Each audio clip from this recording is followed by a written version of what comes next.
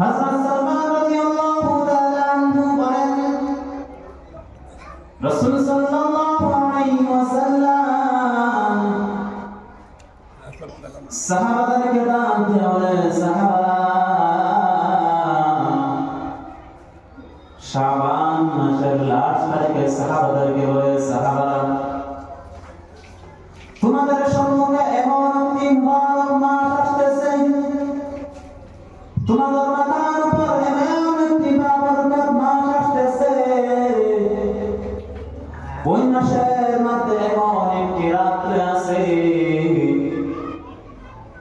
যে রাত্রের ইবাদত নাকি শত শত মাসের ইবাদত থেকে কোন বান্দা যদি শত শত মাস যদি ইবাদত করে,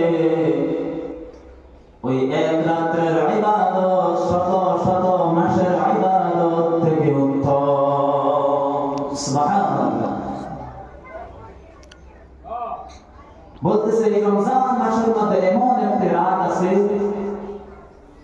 যে শত শত মাসের ইবাদত থেকে এই রাত্রের ইবাদত উত্তম।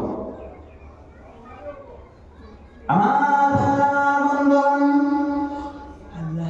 শুধুমাত্র তাই নয়, আল্লাহ রাব্বুল আলামিন এই রমজান মাসে রহমতের দরজাগুলো খুলে দেন, আসমানের দরজাগুলো খুলে দেন, জান্নাতের দরজাগুলো খুলে দেন, জাহান্নামের দরজাগুলো বন্ধ করে দেন, শয়তানকে শিকল দিয়ে বন্ধে রাখেন।